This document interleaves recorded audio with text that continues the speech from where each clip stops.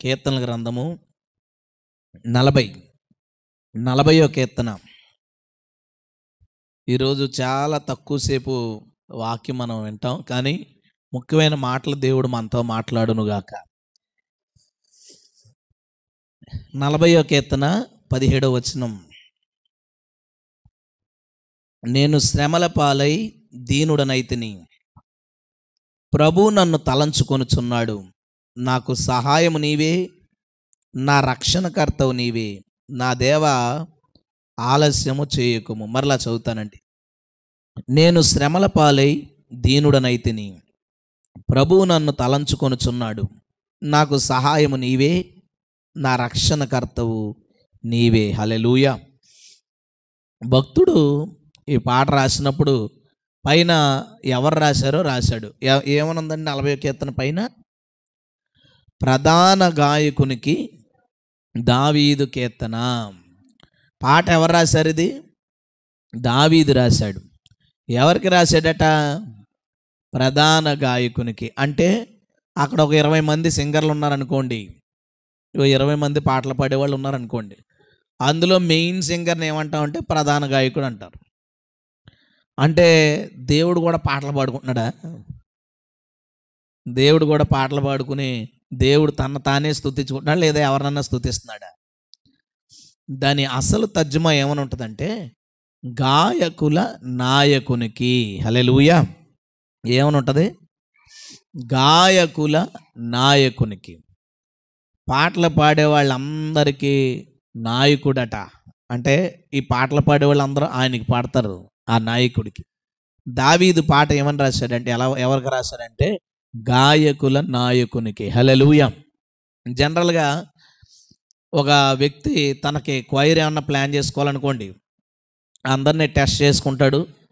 ఎలా పాడుతున్నారు, టెంపో ఎలా ఉంది, తర్వాత స్కేల్లోనే పాడుతున్నాడా, శృతులు ఏమన్నా తప్పుతున్నాయా, రాగాలు ఏమన్నా తేడా చేస్తున్నాడా, లిరిక్స్ అన్నీ బాగానే పలుకుతున్నాడా, లేదా వంకరొంకరగా పలికేస్తున్నాడా, నత్తిగా పలికేస్తున్నాడా, అన్నీ చూసుకుని అప్పుడు అతన్ని ఒక మంచి సింగరో కాదో చెక్ చేసుకుని సెలెక్ట్ చేసుకుంటారు. ఎవరైనా ఒక నాయకుడు తనకి పాడించుకోవాలంటే. మన దేవుడు ఎలాంటి వాడంటే ఆయనకి అందంగా పాడేవాళ్ళు అవసరం లేదు. అంటే వాళ్ళని దేవుడు తీసుకోవడానికి కాదు, ఆయన టెస్ట్ చేయాలనుకున్నప్పుడు స్కేల్లో పాడుతున్నాడా, టెంపో ఎలా ఉంది, పిచ్ ఎలా ఉంది, ఇవేమీ ఆయనకి అవసరం లేదు. టైమింగ్ ఎలా ఉంది, ఏమీ ఆయనకి అవసరం లేదు. స్వరం ఎలా ఉంది, అవేమీ ఆయనకు అవసరం లేదు. ఎవరు హృదయముతో పాడుతున్నారో వాళ్ళందరినీ ఆయన తన టీంలో వేసుకుంటాడు. హల్లెలూయా. నేను అడిగేది ఏంటంటే, ఆ గాయకుల నాయకుని టీంలో మన సంఘంలో పాటలు పాడేవాళ్ళు ఉన్నారా? మన సంఘంలో పాటలు పాడే వాళ్ళలో ఆ గాయకుని నాయకుని టీంలో ఎంతమంది ఉంటారు? అంటే పాట నేర్చుకునేటప్పుడు యేసయ్యకి పాడాలి, పాట పాడేటప్పుడు మనసులో యేసయ్యని పెట్టుకుని పాడుతున్న వాళ్ళే ఆయన టీంలో గాయకులు. ఎవరైతే నేర్చుకుంటాడో ఇదే పాట భలే ఉంది, ఇది మన చర్చిలో పాడామంటే జనాలు అరే భలే ఉందరా, ఎక్కడి నుంచి తెచ్చావురా బాబు, ఎక్కడి నుంచి తెచ్చావు అని ఆశ్చర్యపోవాలని, పాడిన తర్వాత చాలా బాగా పాడావు అని జనాలతో అనిపించాలనే ఉద్దేశంతో ఎవరైనా పాడుతుంటే వారు ఈయన టీంలో వాళ్ళు కాదు. తమను తాము చూపించుకోవడానికి పాడే వాళ్ళందరూ మనుషుల కోసం పాడుతున్నారు కాబట్టి వాళ్ళ నాయకులు మనుషులు.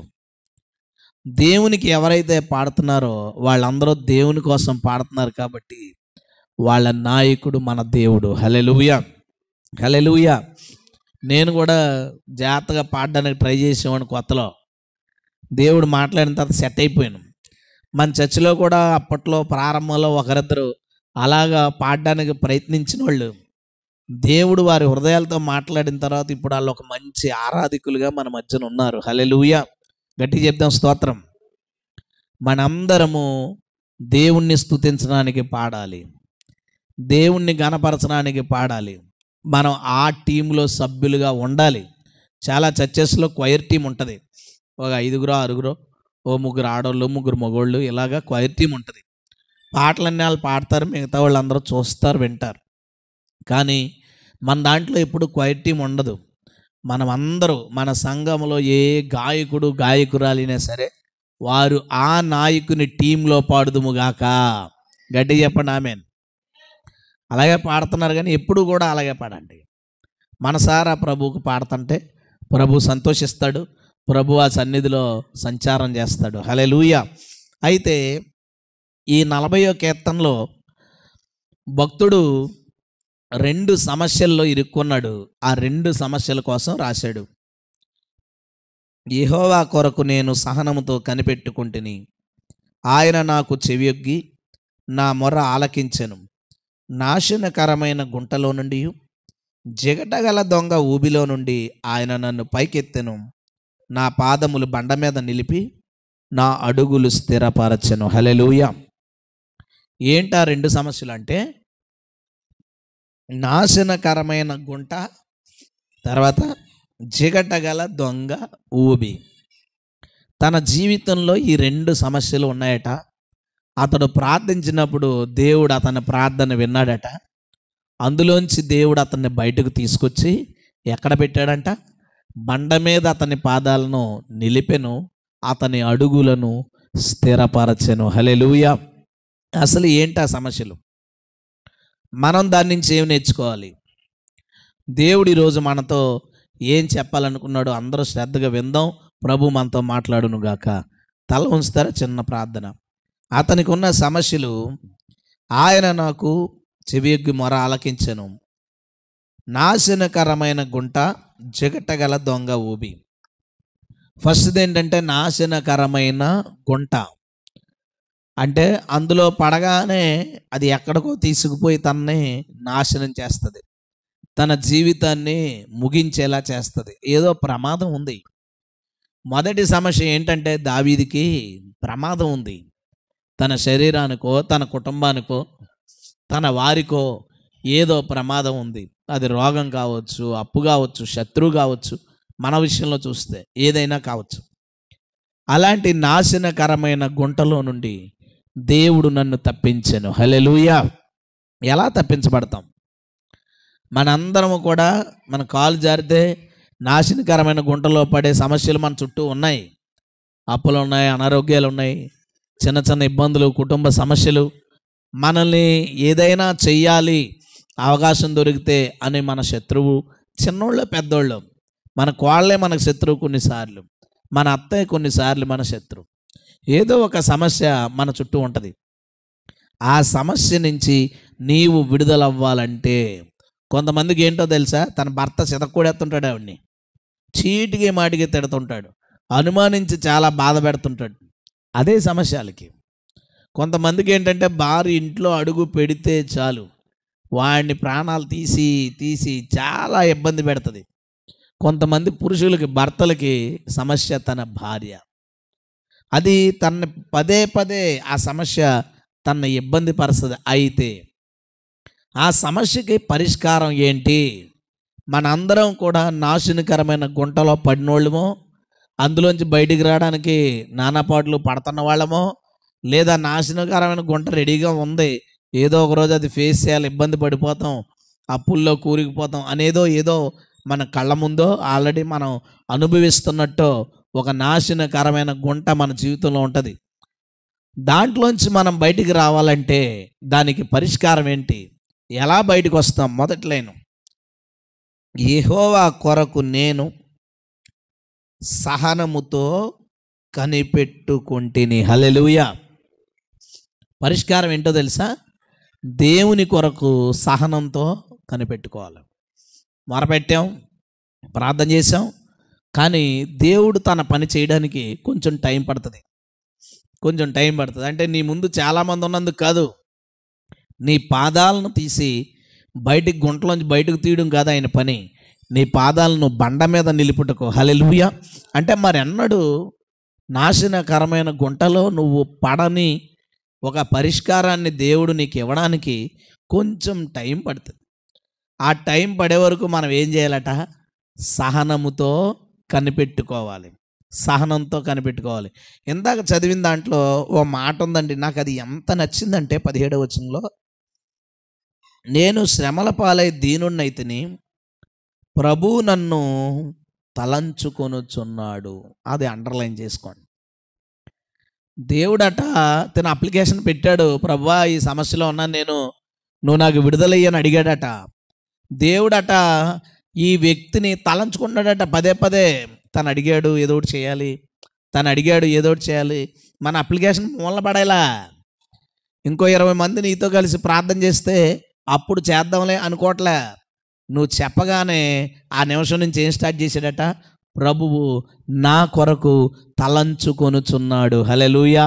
ఆలోచిస్తున్నాడట ఏం చేద్దాం, ఎలాగా వీళ్ళ సమస్యల నుంచి ఎలా బయటకు తీయాలి, ఆ అబ్బాయి సమస్యల నుంచి ఎలా బయటకు తీయాలి. అంటే చదువుకునే చిన్నోడు కావచ్చు, చిన్న పిల్లలు కావచ్చు, వాళ్ళ సమస్య ప్రభువుకి చెప్పినప్పుడు కూడా ప్రభు అతన్ని తలంచుకొనును. ఇది మర్చిపోక, నీవు ఒక్క మాట యేసయ్యకి ఇది చెయ్యి అని చెప్పావనుకో, దేవుడు నిన్ను తలుచుకుంటా ఉంటాడు, ఎలా చేయాలి ఎలా చేయాలి. మొన్న 21వ తారీఖున ఒక క్రిస్మస్కి వెళ్ళాను కాకినాడలో. ఆ ఏరియా కొంచెం మాస్గా రెబల్గా ఉన్నారు మనుషులు. కూడికి అయిపోయింది. భోజనాలు చేసేటప్పుడు ఆ సేవకులు నాతో మాట్లాడుతూ, అయ్యా 5 సంవత్సరాల క్రితం వరకు ఎప్పుడూ బయటికి మేము సౌండ్ పెట్టలేదు, ఎప్పుడు బయట ఒక్క మీటింగ్ కూడా పెట్టలేదు. 7 ఏళ్ళు, మొత్తం 12 సంవత్సరాలు ఎంత అయింది ఆయన సేవకు వచ్చి. 7 సంవత్సరాల పాటు ఇలా కాంగో కొడితే చాలు ఆదివారం ఎవడొకడు వచ్చేవాడట. ఇంటి పక్కనోడో, ఇంటి ఎదురుగుంటాడో, లేదా వీళ్ళిద్దరూ కలిసో, వెనకాల 10 మందో. ఎప్పుడు కాంగో కొట్టినా చిన్న మైక్ పెడితే ఆ మైక్ని ఆపేయడానికి వచ్చి గొడవ పడేవారట. ఏమి చెయ్యి గొడవలు, కోటాలు పెడితే అంట స్పీకర్ దిగుతున్నప్పుడు బయట నుంచి స్పీకర్ని పచ్చి బూతులు తిట్టేవారంట. ఒకసారి వచ్చిన స్పీకర్ని మళ్ళీ పిలవడానికి ఈయనకే నామూసేసేది. రే ఇలా తిట్టించాను నేను పాస్టర్ గారిని అని బూతులు తిట్టేవారట. పాస్టర్ వాక్యం చెప్తుంటే సౌండ్ ఏం చేయరకుండా ఇల్లు ఎలా ఉంది, ఆ పక్కన ఇంకో ఇల్లు ఉంది, ఆ పక్కన ఇంటి దగ్గర చిన్న గుడి కట్టేశారు. గుడి కట్టి ఆరాధన జరుగుతున్నప్పుడు సౌండ్ దీని మీదకి పెట్టి పాటలు వేసి చాలా ఇబ్బంది పెట్టేవారట. అలాగా గొడవలు అవుతున్నాయి. 3 సంవత్సరాలు 4 సంవత్సరాలు అయ్యేసరికి వీళ్ళందరూ కలిపి ఎవడో ఒక అతను కనుక బాగా మాటగారి కేకలేసేవాడు, బలవంతుడు, రౌడీ లాంటివాడు. ఆ రౌడీ లాంటివాడిని పట్టుకుని అరే గట్టిగా చేయాలరా ఏదో ఒకటి అంటే ఈ ఈ వ్యక్తి పదే పదే చర్చకొచ్చి ఆపడానికి చూసేవాడు. ఈయన కూడా ఆ ఏరియా వాడే కాబట్టి, ఆ ఏరియా రెబల్ వాళ్ళందరూ ఆయనకు తెలుసు కాబట్టి ఆయన కూడా పట్టుదలగా నిలబడ్డాడు. మొత్తానికి 7 సంవత్సరాలు అయిన తర్వాత ఇంకా అలా గొడవలై ఒకరోజు చాలా పెద్ద గొడవ జరిగిపోయింది. శనివారం నాడు పెద్ద గొడవ జరిగిపోతే అతను అన్నాడంట, ఆ రౌడీ బ్యాక్గ్రౌండ్ కలిగినోడు, నువ్వు మమ్మల్ని అందరినీ వచ్చి బతిమాలుకుంటే, కాంగో పెట్టనంటే, మైక్ సౌండ్ పెట్టనంటే అప్పుడు మేము నీకు పర్మిషన్ ఇస్తాం, చేసుకో, సౌండ్ వినపడకుండా చేసుకో, మమ్మల్ని బతిమాలితే మేము అనుమతిస్తామంటే ఆయన అన్నాడంట, నన్ను దేవుడు పంపించాడు, నువ్వు కాదు, నీకు నచ్చినట్టు చేసుకో అన్నాడు. వీళ్ళందరూ ఇంకా ఉగ్గురులైపోయి ప్లాన్ ఏంటంటే పొద్దున్న 7 గంటలకే చర్చి దగ్గరకు వచ్చి మొత్తం సామాన్లు గేమాలు అన్నీ లాగి పాడేసి చర్చిలో ఎవరు లేకుండా, ఇల్లు కింద చర్చి పైన ఎవరు లేకుండా ఇంట్లో మొత్తం తాళాలు వేసి పాడేద్దాం, ఊరంతా మనమే ఎవర్రా ఇంకా అతనికి తోడుండేది అని మొత్తం రాత్రి మీటింగ్ వేసుకున్నారు. పొద్దున్న 7 గంటలకు ప్లాన్. రాత్రి వెళ్ళిపోయాడు ఈ పెద్ద అయినా, వెళ్ళిపోయి అన్నం తినేసాడంట, కుర్చీలో కూర్చున్నాడు. కొంచెం గుండెల్లో లైట్గా నొప్పి కింద వస్తుందంట. వస్తుంటే వాళ్ళ పాపని కొంచెం మంచిలు ఇయ్యని అడిగాడంట. ఆమె మంచిలు తెచ్చేలోపు కుర్చీలోంచి కింద పడి చచ్చిపోయాడు. ఎవడైనా మరుసటి రోజు నుంచి వస్తాడా? ఎవడన్నా వస్తాడు అంటే దేవుడు చంపేశాడంటే దేవుడే చంపేశాడు, మళ్ళీ అందులో డౌటే ఉంది. తెల్లవారితే ఈ ఇంట అందరినీ లాగేద్దాం అనుకున్నవాడు ఇంట బయట పాడి మీద పడుకుని ఉన్నాడు. కానీ ఇది వినడానికి అయ్యి బాబోయ్ ప్రభువా ఎంత కార్యం చేసావు బాగుంది, కానీ దాని ముందు 7 సంవత్సరాల ఎదురు చూపులు ఉన్నాయి. 7 సంవత్సరాలు వాళ్ళని ఆటంకపరుస్తుంటే తట్టుకుని ఎదురు చూశాడు. అద్భుతం జరిగిపోయింది అని అంటాడు కదా. అప్పటి నుంచి ఇప్పటిదాకా ఏ సమస్య లేదు. ఏమొస్తుందిరా సమస్య చెప్పు నాకు, ఏ సమస్య? ఒకవేళ ఎవరికైనా కోపం వచ్చి చర్చి మీద గొడవకి వెళ్దామంటే ఆవిడ ఊరుకుంటుందా? నువ్వు కూడా పోతావు, నోరు మూసుకుని కూర్చోరంటది. నాకు అర్థమైపోయింది, ఇది మనుషులు చేసిన పని కాదు. ఎంత బలమైనోడు, పైగా రేపు పొద్దున్నే ప్లాన్, రాత్రి చచ్చిపోయాడంటే అసలు ఏంటి అసలు ఏంటి మనం గత 3 వారాలు మక్కాబీల చరిత్ర మనం చూసాం కదా. నేను ఆ మక్కాబీల చరిత్ర పూర్తి చేశాను, చదివాను. అంటే ఇంకా చెప్పాల్సినవి ఉన్నాయా ఏంటని. సరే ఎప్పుడైనా ఏదైనా సందర్భంలో చెప్దాంలే అని దాన్ని ఆపాను. అంత పెద్ద విషయాలు లేవని, కొన్ని ఉన్నాయి ఇక అంత పెద్దవి లేవని వదిలేశాను. అందులో ఒక విషయం చదివాను రాత్రి. ఏంటంటే, మీకు గుర్తుంది కదా, ఈ యోనాతాను అనే ఆయన, యోధా చనిపోయిన తర్వాత యోనాతాను నాయకుడు అయ్యాడు. ఈ యోనాతాను అనే ఆయన రోమా రాజు అయిన అలెగ్జాండర్తో సంధి కుదుర్చుకున్నాడు. తర్వాత ఈ డెమెట్రియస్ అనేవాడు ఆఫర్ ఇచ్చినా ఒప్పుకోలేదు, మాకు వద్దు, మాకు రోమారాజు కావాలనడం మనకు తెలుసు. ఈ అలెగ్జాండర్ అనేవాడు కొంచెం అంతా స్థిరపడిన తర్వాత ఈజిప్టు రాజు అయిన టాలమీ అనే ఆయన దగ్గరికి వెళ్ళి, నేను చాలా పెద్ద రాజుని కదా, మన ఇద్దరు సంధి చేసుకుందాం, మీ అమ్మాయిని ఇచ్చి నాకు పెళ్లి చేయి అన్నాడు. సరే, ఇతను చాలా పెద్ద రాజు, మన రాజ్యం కూడా విస్తృతని పెళ్లి చేశాడు. పెళ్లి చేసిన తర్వాత కొంతకాలానికి తర్వాత ఈ టాలమీ అనేవాడు ఈ ఇస్రాయేల్కి సహాయం చేస్తున్న ఈ అలెగ్జాండర్ అనేవాడికి వ్యతిరేకంగా ఆలోచించుకొని అలెగ్జాండర్ రాజ్యంలోకి చుట్టపు చూపుగా వస్తున్నట్టుగా వచ్చి ఒక్కొక్క ప్రాంతాన్ని ఆక్రమించుకుంటుంటే ఈ అలెగ్జాండర్ అనేవాడు భయపడి, ఆ శత్రు సైన్యానికి భయపడి, అంటే సొంత మామగారు భయపడి అతను పారిపోతే వాళ్ళ అమ్మాయి మళ్ళీ టాలమీ దగ్గరికి వెళ్ళిపోయింది. మొత్తానికి ఇతను పారిపోయిన తర్వాత జనాన్ని పంపిస్తే ఎక్కడో అలెగ్జాండర్ అనేవాడు దొరికాడు. దొరికినప్పుడు అతన్ని చంపేశాడు. ఈ టాలమీ అనేవాడు అలెగ్జాండర్ని చంపేశాడు. చంపేస్తే నేను చదువుతున్నాను, అరే ఇస్రాయేల్కి ఎంత సహాయం చేసినోడిని, ఎంత ఆఫర్లు ఇచ్చాడు, మీరు పన్నులు కట్టద్దు, మీరు హ్యాపీగా ఉండండి, ఇక ముందు నువ్వు నాతో పాటు సమానమైన నాయకుడివి అని చాలా ఆస్తిపాస్తులు ఇచ్చి, ఫండింగ్ ఇచ్చి, మీరు దేవాలయం బాగు చేసుకోండి, కాంపౌండ్ వాళ్ళు బాగు చేసుకోండి, పట్టణం బాగు చేసుకోండి అని చెప్పిన అతను చంపేశాడు. దాని కిందకు చదివితే ఏముందో తెలుసా, 3వ దినమున టాలమీ హఠాత్తుగా మరణించెను.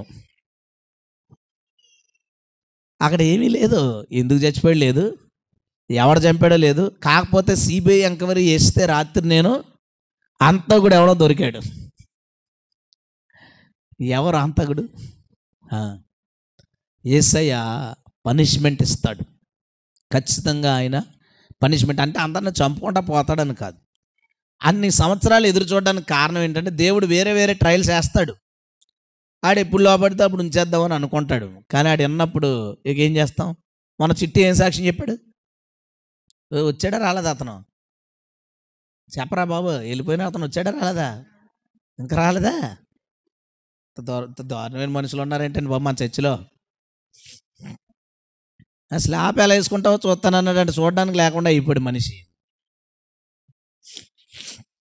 అంటే దేవుడు చంపడం ఒకటే చేస్తాడని కాదు. నా ఉద్దేశం ఏంటంటే, మనం ఓపికతో ఎదురు చూస్తే దానికి ఏది సరైన పరిష్కారమో దాన్ని ఆయన చేస్తాడు. హల్లెలూయా. బండ మీద పాదాలు నిలబెడతాడు, ఇక ఎప్పుడు అవి వణకవు బెనకవు. అలాంటి సహాయం ప్రభు చేస్తాడు. మనం చేయాల్సిన పని ఏంటో తెలుసా? ఓర్పుగా ఎదురు చూడడం. ఆవేశపడద్దు, గొడవలు పడద్దు, కొట్లాడుకోవద్దు. దేవుడు చేసుకుంటాడు. మీకు తెలుసు కదా, నాకు చాలా మంచి ఫ్రెండ్ ఉండేవాడు. వాడు నేను బిజినెస్లో చాలా క్లోజు. నేనే కావాలని వాడిని పార్ట్నర్ కింద, డ్రైవర్ కింద ఆ పక్కనే పెట్టుకున్నాను. హిందూ అయినా దేవుడు నాతో మాట్లాడినా స్నేహమే జీవితం, స్నేహమే శాస్త్రం, పక్కెళ్ళాను యేసుప్రభు. మొత్తానికి నేను అన్నీ నా పేరు మీద ఉండకూడదని కన్స్ట్రక్షన్ చేసేటప్పుడు రోడ్డు పక్కన చాలా వాల్యుబుల్ సైట్ ఒకటి, అచ్చంపేట రోడ్లో వాల్యుబుల్ సైట్ ఒకటి ఆడి పేరు మీద పెట్టాను. పెట్టిన తర్వాత ఇద్దరి మధ్య ఒక చిన్న సమస్య వచ్చింది. అంటే వాడు మా కజిన్, మా చిన్నాన్నగారు అమ్మాయిని పెళ్లి చేసుకుంటానని పెళ్లి చేసుకోకుండా వదిలేసి మోసం చేస్తే ఆ విషయంలో ఒక ఆర్గ్యుమెంట్ అయ్యి నేను ఆడు మాట్లాడుకోవడం మానేశాం. నేను చెప్పాను, ఆడు ఇంకెనలేదు, సరే వదిలేసాం. కొన్ని రోజులు పోయిన తర్వాత నేను సేవకు వచ్చేసాను కదా. సేవకు వచ్చినప్పుడు ఏ సైట్లు, ఏ బిల్డింగ్లు ఎంతవరకు ఉంటే వాటిని అమ్మేశాను. వెంటనే అమ్మేసి ఎక్కడి నుంచైనా తెచ్చి సెటిల్ చేసుకుందామని అమ్మేస్తే, వాడు రిజిస్ట్రేషన్ చేయడానికి రావాలంటే, ఆడి పేరు మీద ఉంది కదా, రావాలంటే నాకు ఇంత డబ్బులు వస్తాయని 3,55,000 నేను ఆడికి ఇవ్వాలని ఒక పెద్ద స్టవ్ మీద ఈ ఖర్చు, ఆ ఖర్చు, ఇది అదని రాసిచ్చాడు. నా కానుక అప్పుడు 150, 180 సేవకు వచ్చేసాను కదా. 150 రూపాయలు కానుక వచ్చేవాడిని 3,55,000 అప్పు ఆడికి కడితే తప్ప. ఈలో మా నాన్న తిట్లు, ఇంట్లో వాళ్ళ తిట్లు, ఏం చేయాలో అర్థం అలా, భయం వేసేది. ఆవిడ రాసింది ఓపెన్ చేసి చదవడానికి ఆడు ఏమేమి రాశాడని భయం వేసేది. మొత్తానికి ఒకరోజు ఇంకా దగ్గరికి వచ్చింది, పెద్ద మనుషుల మధ్యకి వెళ్ళాలని. ముందు రోజు రాత్రి ప్రార్థన చేసుకుని ఓపెన్ చేశాను. వాడు రాసిన దాంట్లో చాలా తప్పులు ఉన్నాయి. ఆ పక్కన నేను కొన్ని రాస్తే వాడు నాకు తిరిగి డబ్బులు ఇవ్వాలన్నట్టు వచ్చింది. దేవునికి స్తోత్రం. వాడికి ఇల్లు కట్టి బైకులు 2 బైకులు మార్చి ఒక 7-8 సెల్ ఫోన్లు కొని మార్చేసి కూడా అన్నమాట 6 నెలలకు ఒకటి అని అలా చూసుకునేవాడిని. అవన్నీ రాస్తే వాడే నాకు తిరిగి ఇవ్వాల్సి వచ్చాడు. పెద్ద మనుషుల మీద మధ్య కూర్చున్నాం. వాడు రాసింది చూశారు, నేను రాసింది చూశారు. నా బాధ ఏంటంటే ఒక పాస్టర్ నేను పెద్ద మనుషుల మధ్య సెటిల్మెంట్కి వెళ్ళాల్సిన పరిస్థితి నేనే తెచ్చుకున్నాను. దేవుడు నాకు చెప్పాడు, ఇది ప్రమాదం, వాడు పాము లాంటి వాడు అని చెప్పాడు, చూపించాడు దర్శనం, కానీ నేనే తెచ్చుకున్నందుకు బాధ అనమాట. వాడంతా చూశాడు, అది మార్చాడు, ఇది మార్చాడు, లెక్కలు అవి మార్చి 15,000 నేను ఇవ్వాలన్నట్టు రాశాడు. 3,55,000 అలా ఎక్కడికి వచ్చింది, 15,000కి వచ్చింది. నేను మా నాన్న దగ్గర 15,000 అక్కడే తీసుకుని వాడికి ఇచ్చి, ఈ 15,000 నీవి కాదురా, నువ్వు దొంగ లెక్కలేసి నా దగ్గర తీసుకుంటున్నావు, కానీ నేను ఇచ్చేస్తున్నాను, నాకు దాంట్లో ఇబ్బంది ఏం లేదని ఇచ్చేశాను. నేను అమ్మయ్య అనుకున్నాను, స్తోత్రం చెప్పుకోరా. మళ్ళీ నా సేవలో నేను సాగిపోతుంటే ఒక 6 నెలల తర్వాత ఒక వార్త తెలిసింది. వీడు బండి కొంచెం ర్యాష్గా డ్రైవ్ చేసేవాడు. ర్యాష్గా డ్రైవ్ చేస్తూ ఒక ట్రాఫిక్ కానిస్టేబుల్ని గుద్దేశాడు. గుద్దేస్తే అతను కాలు ఇరిగిపోయింది. 3 నెలల బెడ్ రెస్ట్. అందుకని ఈ 3 నెలల జీతం వాడి దగ్గర వసూలు చేశాడు. ఎంతో తెలుసా, 1,50,000. నా దగ్గర నుంచి లాక్కున్నది 15,000. సున్నాకి విలువే లేదని ఒకటి వేసాడు, ఇంకా 2 వేయలేదు. ఆడికి రాపోని జీవితంలో బయటికి. నాకు ఆ విషయం తెలియగానే నేను మోకరిని ప్రార్థన చేసినప్పుడు అన్నాను, ప్రభు ఎందుకు అంత సీరియస్గా తీసుకున్నావు? నేను వదిలేశాను కదా. మర్చిపోకు. జరిగిన దాన్ని నువ్వు మర్చిపోవచ్చు, నువ్వు క్షమించవచ్చు, కానీ నిన్ను పాడు చేయాలనుకున్న వాళ్ళని దేవుడు పాడు చేస్తాడు. దేవునికి స్తోత్రం చెప్తాం. హల్లెలూయా. మనం చేయాల్సిన పని ఏంటో తెలుసా? ఆ శ్రమ వచ్చినప్పుడు పాపం చేయకుండా ఓర్పుతో సహనంతో దేవుని కార్యం కొరకు ఎదురు చూచుట. హల్లెలూయా. ఈరోజు మన అందరి జీవితాల్లో కష్టాలు ఉన్నాయి, రోగాలు ఉండొచ్చు, లేదా సైట్ సమస్యలు, స్థలానికి సంబంధించిన సమస్యలు ఉండొచ్చు. ఇందాక సాక్ష్యం చెప్పారు, ఇల్లు వాటాలు వేసుకుంటారంట, ఏ గొడవలు అవ్వకూడదని. ఎందుకంటే వచ్చిన వాళ్ళు ఒక అంగులు ఇటు వెళ్ళాలి, ఒక అడుగు అటు వెళ్ళాలి, ఈ మూల క్రాస్ అలకిచ్చేయండి, మంచి సైట్ నాకు ఇచ్చేయండి అంటారు. నేను మీకు చెప్పేది ఒకటే, అటుపక్క వాళ్ళు ఏం చెప్తే దాన్ని చేయండి. గొడవలొద్దు. మన న్యాయకర్త పేరు యేసు. హల్లెలూయా. ఆయన చూసుకుంటాడు. దర్యావేషు ఏమన్నాడు దేవునితో? దానియేలుతో ఏమన్నాడు దర్యావేషు? దానియేలు, దేవుడు నిన్ను కాపాడా? దానియేలుకి నమ్మకం ఉంది, దర్యావేషుకి నమ్మకం ఉంది, దానియేలు ఇంకా వింటాడు అని. దానియేలు అన్నాడు, రాజా, నా దేవుని ఎదుట నేను నిర్దోషిగా కనపడితిని గనుక ఈ సింహాల నోళ్లను ఆయన మూయించాడు. హల్లెలూయా. ఓర్పు సహనం కలిగి మనం ఉంటే దేవుడు తన కార్యాలు చేస్తాడు. కొంతమంది భర్త పెట్టే ఆ టార్చర్ భరించలేక జీవితం ముగించుకుంటే బాగుంది అనిపిస్తుంది. ఇంక ఇడిపోతే బాగుంటుంది రా, ఎందుకురా ఈ జీవితం అనుకుంటారు. కొంతమంది పురుషులైతే అసలు ఎందుకు చేసుకున్నాను రా బాబు ఈ అమ్మాయిని, ఈమె ఎంత బాధ పెడేస్తుందంటే, ప్రతీది గొడవే, ప్రతీది సమస్య. జాగ్రత్త, ఓర్చుకో. దేవుడిని భార్యని కొట్టడు కానీ ఆమెను మారుస్తాడు. స్తోత్రం చెప్దామా? మళ్ళీ కొడతాడని ఆశ పెట్టుకున్నారు కనుక రే ప్రభా ఈ వెయిట్ చేస్తే మా ఆవిడకి ఏదో ఒకటి దెబ్బ తగిలేస్తే బాగున్నాను, కానీ అలా అనుకోకు, అలాంటివాడు కాదు. ఎందుకంటే ఆమెకి ఏమైనా దెబ్బ తగిలితే చూసుకోవాల్సిన వాడు ఎవరు చెప్పు? నువ్వే. ఖర్చు పెట్టాల్సింది ఎవరు? నువ్వే. మీ భర్తకి ఏమైనా అయితే మీరే చూసుకోవాలి. కానీ దేవుడు ఏదో ఒకటి, ఒకవేళ ఇక అన్ని ప్రయత్నాలు చేసినప్పుడు లోపడకపోతే మరి దేవుడు ఏం చేస్తాడో మనకు తెలీదు. మనం అలాంటి మాటలు అనుకోకూడదు. అంతా దేవుని ఇష్టం. స్తోత్రం చెబుతాం గట్టిగా. హల్లెలూయా. ఎందుకు మరీ నెగిటివ్గా మాట్లాడుకున్నట్టు? కానీ దేవుడు తన జీవితంలో ఆశ్చర్య కార్యాలు చేశాడట. చూద్దామండి, ఒక వచనం నేను చదువుతాను, చూడండి. 5వ వచనం. యెహోవా నా దేవా, నీవు మా యెడల జరిగించిన ఆశ్చర్య క్రియలను మా ఎడల నీకున్న తలంపులను బహువిస్తారాలు వాటిని వివరించి చెప్పేదని అనుకుంటున్నా, అవి లెక్కకు మించి ఉన్నవి. నీకు సాటి అయిన వాడు ఒక్కడును లేడు. హల్లెలూయా. దేవుడు మన ఎడల జరిగించు కార్యాలు, ఆశ్చర్య కార్యాలు మితి లేదాటికి. వాటిని వివరించి చెప్పాలంటే అది మనిషికి సాధ్యం అవుదట. బహు విస్తారమైన కార్యాలు యేసయ్య మన జీవితంలో చేయడానికి ఇష్టపడుతున్నాడు. ఆ పైన ఒక మాట ఉంటుంది, ఏంటో తెలుసా? ప్రాబ్లం వచ్చినప్పుడు అట 4వ వచనం, గర్విష్ఠులనైనను త్రోవ విడిచి అబద్ధముల తట్టు తిరిగివారినైనను లక్ష్య పెట్టక యెహోవాను నమ్ముకొనివాడు ధన్యుడు. హల్లెలూయా. గర్విష్ఠుల్ని ఆశ్రయించకూడదట. అంటే పలానా ఆయనకి కొంతమంది తెలుసు, ఆయనకి ఎమ్మెల్యే పిఏ తెలుసట, అతనికి ఎంఆర్ఓ తెలుసట, ఆయన దగ్గరికి వెళ్తే ఏదన్నా సహాయం చేస్తాడు, మనం వెళ్తాం. వెళ్ళినప్పుడు మామూలుగా పలకరిస్తాడు. ఏంటి ఇలా వచ్చావంటే, నాకు మీతో చిన్న పని పడింది అనగానే ఎక్స్ప్రెషన్ మారిపోద్ది, స్టైల్ మారిపోద్ది. అవునా, నాకు తెలుసు, ఎంఆర్ఓ నాకు తెలుసు, ఎమ్మెల్యే నాకు తెలుసు, నాకు బాగా పరిచయం. అబ్బా, ఏమి గర్వం ఉంటుందండి ఈ లోకంలో. నాయకులు, డాక్టర్లు, ఇంజనీర్లు ఎవరైనా పరిచయం ఉంటే ఎంత గర్విస్తారండి. యెహోవాను నమ్ముకునేవాడు ధన్యుడు. హల్లెలూయా. నీ సమస్యలో యేసు నమ్ముకో. ఆయన్ని నమ్ముకుంటే దేవుడు అధికారుల్ని తల వంచి నీ కొరకు కార్యం జరిగింపేలా చేస్తాడు. హల్లెలూయా. దేవుడే ప్రేరేపించి పలానా వాళ్ళ దగ్గరికి వెళ్ళమంటే వెళ్ళి, కానీ నీ అవిశ్వాసంతో వాళ్ళ దగ్గరికి వెళ్ళకు. రెండోది ఏమన్నాడు? అబద్ధాలు చెప్పుకుని త్రోవ తప్పి తిరిగే వాళ్ళతో. చూడండి ఏమంటాడు అనుకున్నా, నిన్నే ఎంఆర్ఓ గారిని కలిసి వచ్చానంటాడు. ఇలాంటి వాళ్ళు మన ఏరియాల్లో అన్నిట్లో ఉంటారు. చూడండి, రైల్వేలో నాకు తెలుసు, ఉద్యోగం ఇస్తాను, 2 లక్షలు ఇవ్వండి ముందు, ఆ తర్వాత ఉద్యోగం వచ్చిన తర్వాత మిగతా డబ్బులు ఇద్దరు, కానీ తర్వాత నెల జీతంలో కట్ చేసుకుంటాను, ఇదిగో రైల్వే ఆయనతో ఫోటో తీయించుకున్నాను, పోలీస్ ఆయనతో ఫోటో తీయించుకున్నాను, ఉద్యోగాలు ఇప్పిస్తానన్నప్పుడు ఎంతోమంది అలా ఉద్యోగాలు ఇచ్చి ఉద్యోగాల కోసం డబ్బులు కట్టి పాడైపోయారు. వీళ్ళు ఇవన్నీ ఏంటంటే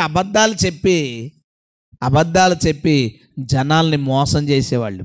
మనం అలాంటి వాళ్ళని ఆశ్రయించొద్దండి, మన దేవుణ్ణి ఆశ్రయిద్దాం. హల్లెలూయా. ఎప్పుడు మన దేవుణ్ణి ఆశ్రయిస్తామో నిస్సందేహంగా దేవుడు ఆశ్చర్య కార్యాలు మన జీవితంలో చేస్తాడు. ఒకటే పని ఏంటి? ఎదురు చూడాలి.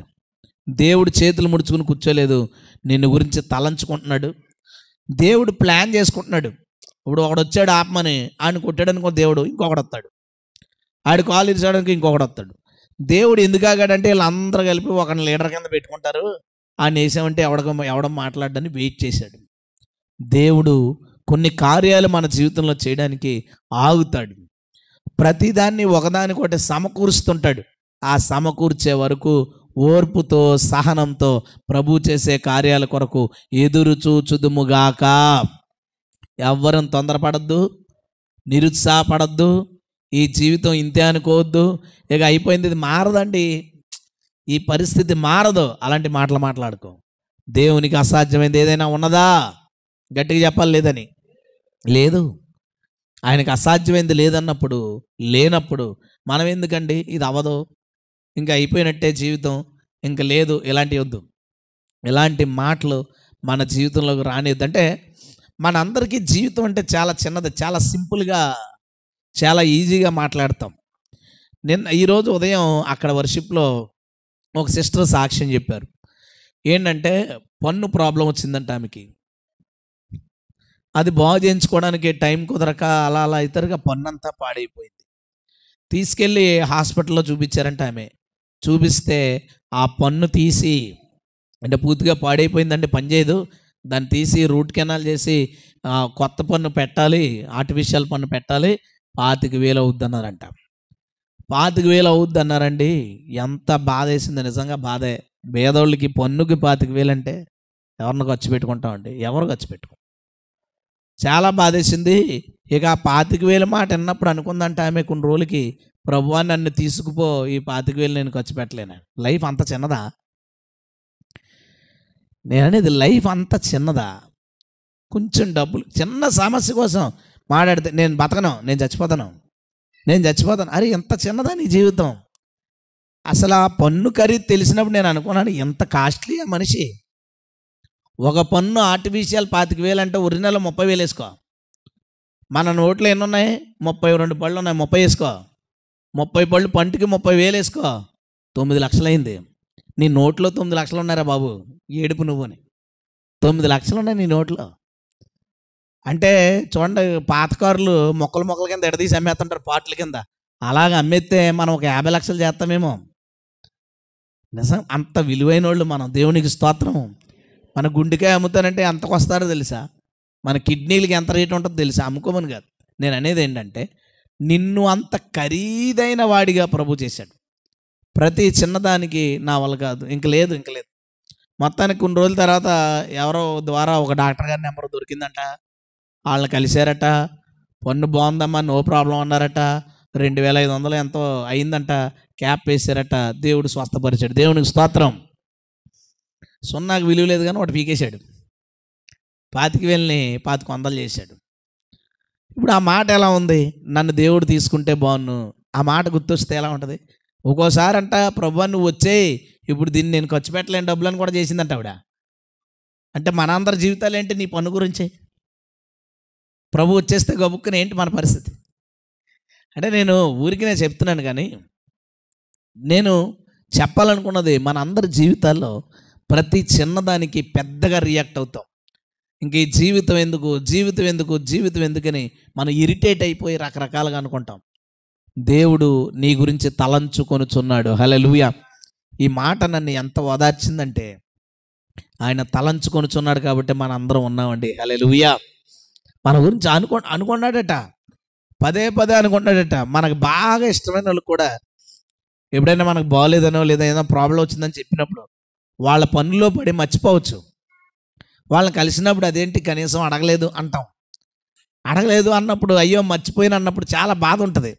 అంటే మనకి దగ్గరున్న మనుషులే మనల్ని గుర్తించినప్పుడు, మనల్ని గురించి తలంచుకున్నప్పుడు మనకు చాలా బాధ ఉంటుంది. దేవుడట, ఎంత మంచి మాట అండి. దేవుడు మన గురించి తలంచుకొనుచున్నాడు. హల్లెలూయా. ఎప్పుడు చేద్దాం, ఎలా చేద్దామని ఆయనకు మ్యాప్ ఉంటుంది, ఆయనకు స్కెచ్ ఉంటుంది. దాని ప్రకారం ఆయన చేస్తాడు. నీ పని ఏంటో తెలుసా? సహనము కలిగి ఎదురు చూచుట. హల్లెలూయా. రెండో సమస్య ఏంటి? జిగటగల దొంగ ఊబి. దావీదుకున్న రెండో సమస్య ఏంటంటే, ఒకటి ఏదో ప్రమాదం, ఎవరి నుంచో ఇబ్బందులు ఉన్నాయి. రెండోది ఏంటంటే జిగటగల దొంగ ఊబి. నీళ్ళు పైకి లైట్గా కనబడుతున్నాయి, ఓన్లే దాటి వెళ్ళిపోదాం కదా అని అడిగేశాడు. అడిగేస్తే కాలు అంతకంతకు దిగిపోతుంది కానీ బయటికి రాలేకపోతున్నాడు. అరే బయటికి పోదామని ఇంకొక అడిగేశాడు, అది లోపలికి లాగేస్తుంది. పాపం. అందుకే ఏమన్నాడో చూడండి, 12వ వచనం. లెక్కలేని అపాయాలు నన్ను చుట్టుకున్నవి, అంటే పైలైనది. నా దోషములు నన్ను తరిమి పట్టుకొనగా నేను తల ఎత్తి చూడలేకపోతిని. లెక్కకు అవి నా తల వెంట్రుకలను మించి ఉన్నవి. ఏమని రాశాడండి దావీదు? లెక్కకు అవి నా తల వెంట్రుకలను మించి ఉన్నవి. నా దోషములు నన్ను పట్టుకుని ఉన్నాయి. తన పాపం తనకు తెలిసిందంట. తెలిసినప్పుడు దేవుడి ఎదుట తల ఎత్తి చెప్పలేకపోతాడట, తల ఎత్తి ప్రార్థించలేకపోతాడట, ఎలా ప్రవర్తించానేంటని. వాటిని కనుక ఆయన లెక్కేసుకుంటే, తలంచుకుంటే అవి లెక్కకు ఎలా ఉన్నాయట? తల వెంట్రుకలను పోలి ఉన్నాయి. ఇందాక మాట చదివాం, దేవుడికి మన ఎడలున్న తలంపులు బహు విస్తారాలు. అవి జరగకపోవడానికి కారణం ఏంటో తెలుసా? బహు విస్తారమైన పాపాలు మనలో ఉండడం. నేను మిమ్మల్ని ఒక చిన్న జనరల్ నాలెడ్జ్ క్వశ్చన్ అడుగుతాను. దావీదు ఈ పాట రాసేసరికి రాజు అవ్వలేదు ఇంకా. సౌలు తరుముతున్నప్పుడు, ఇక ఇతర జాతుల వాళ్ళు దావీదుని చంపడానికి ప్రయత్నిస్తున్నప్పుడు రాసిన పాట ఇది. దావీదు రాజు అవ్వకముందు చేసిన పాపాలేంటో ఒక 2, 3 చెప్పగలరా? చెప్పండి. చెప్పగలరా? చెప్పలేం. కానీ ఏమని రాయబడింది? దావీదు ఏమంటున్నాడు? ప్రభువా, నేను నీ ఎడల చేసిన దోషాలు చాలా విస్తారమైనవి. వాటిని లెక్కిస్తే ఎన్నవుతాయట? అవి తల వెంట్రుకలన్నీ.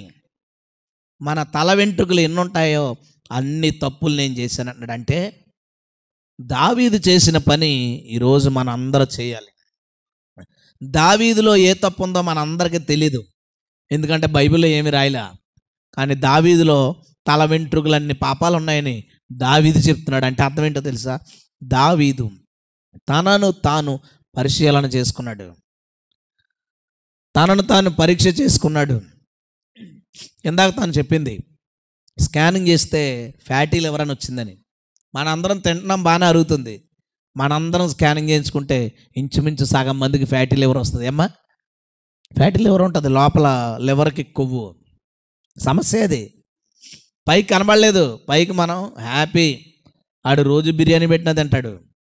కానీ ఒక్కసారి డయాగ్నోస్కి వెళ్ళి బ్లడ్ టెస్ట్లు స్కానింగ్లు తీస్తే అప్పుడు చాలా లోపాలు, చాలా రోగాలు బయటపడతాయి. పైకి మనందరూ బాగుండొచ్చు, మనందరూ ఏం చేస్తామంటే వాళ్ళు ఈ తప్పు చేస్తున్నారు, వీళ్ళు ఈ తప్పు చేస్తున్నారు, వీళ్ళు ఇలాగా వాళ్ళు అలాగా, అదేంటి ఇలాంటి బట్టలు వేసుకున్నాడు, అదేంటి బంగారం పెట్టుకుంది, అదేంటి అని తెగ మాట్లాడుకుంటాం. నిన్ను నువ్వు పరిశీలన చేసుకో, నిన్ను నువ్వు పరీక్ష చేసుకో, నీ తప్పులు బయటపడతాయి. దానియేలు దేవుడికి బహుప్రియుడు. బైబిల్ ఏమంటుందో తెలుసా? దానియేలు తన పాపములను, తన ప్రజల పాపములను ఒప్పుకొని అనుదినము ప్రార్థించుచుండెను. దానియేలు ఏ పాపం చేశాడు చెప్పు? చెప్పగలమా? చెప్పలేం. కానీ దానియేలుకి తెలుసు. దేవుడు ఈరోజు మనతో మాట్లాడాలనుకున్న ప్రత్యేకమైన విషయం ఏంటంటే, నీవు ఏమై ఉన్నావో, నీ లోపాలు ఏమై ఉన్నాయో, నీ తప్పిదాలు ఏమై ఉన్నాయో నువ్వే పరిశీలించుకోవాలి. బయట వాళ్ళు గట్టిగా చెబితే నీ కోపం అన్న విషయం చెప్పచ్చు, ఇంకా గట్టిగా చెప్తే మీరు పైకిలాగా మీరు తలక రంగేసుకుంటున్నారని చెప్పచ్చు. అంతకు మించి మనం చెప్పలేం. కానీ నువ్వు పరిశీలన చేసుకుంటే, నీ గురించి నువ్వు పరిశీలన చేసుకుంటే మనలో ఉన్న లోటులన్నీ, లోపాలన్నీ బయటకు వస్తాయి. హల్లెలూయా. అందుకే యేసయ్య ఏమన్నాడు తెలుసా? నీ కంటిలో ఉన్న దూలము నెంచక నీ సోదరుని కంటిలో ఉన్న నలుసు నెంచుతావేంటి? అంటే మన కంటిలో ఉన్న దూలాన్ని ఎవరిని చూడమంటున్నారు? మనల్నే. నీ కంటిలో ఉన్న దూలం ఏంటో నువ్వు పరిశీలన చేసుకో. నాకు అసలు ఆలోచించాను, దావీదు ఏం తప్పులు చేసుంటాడు.